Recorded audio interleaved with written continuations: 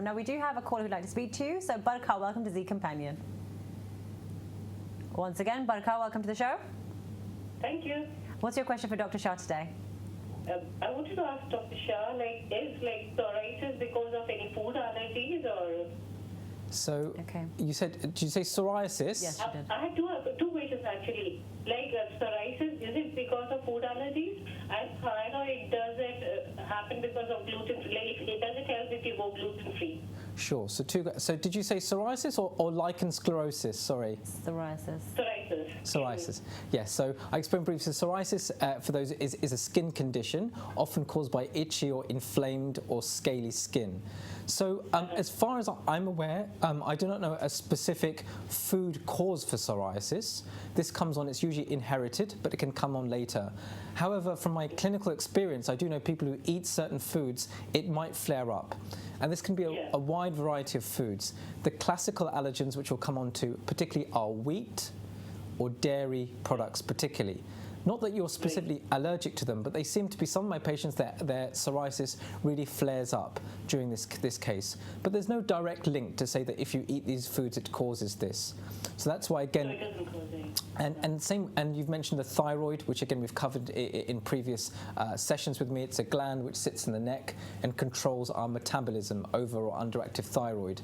Again, not that I'm aware of specific foods that would really trigger it off, apart from very foods rich in iodine or iodine-related water compounds. But really, I don't see a specific link between the two. And more importantly is to probably keep your blood levels of your thyroid hormone checked. So that would be my advice, that generally making sure if you are you on thyroxine? I am. So basically, at least sort of our guidelines are once a year having a blood test done, checking that your levels are in balance. Of course, there are lots of other alternative treatments. Say that if you try this, maybe your thyroxine dose can go down. That I can't guarantee, but generally, as a GP, I'd be saying making sure that your thyroxine dose is normal. But I don't see a direct link, particularly between psoriasis and thyroid, and particularly allergies. No, there's no link between these. Are for two different things. Two different things. That's right, but no specific link with food or allergies. From my experience as a GP, obviously there'll be some theories out there, but from my everyday experience, I don't. And that should be fine. Thank you. Okay, Barkha, thank you very much for your call. उम्मीद है आपके सवाल का जवाब आपको मिल गया होगा. Dr. Shah, quick question.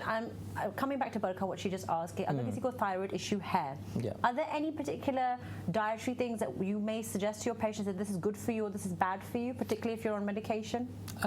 Again, not specifically with thyroid. I mean, mainly just to know that it can be either overactive, in which case generally the thyroid, the metabolic rate is quite high. People are quite shaky, they lose weight, so they quite like that, losing weight, but lose excessive amount of weight, they can have thyroid eye disease. And an overactive thyroid is generally more dangerous. That can cause problems, and the treatment for it is a bit more complex as well. So again, seeing your GP, if you're concerned about certain symptoms, they can check your thyroid blood test.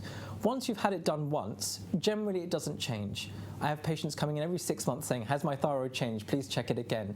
Generally, once it's been done once, maybe in a few years' time you could check it again, but checking it every few months if it was normal before. Yeah. Underactive thyroid is generally when you're putting on weight, more sluggish, more skin problems. And again, that's when we put you on this thyroid supplement called thyroxine.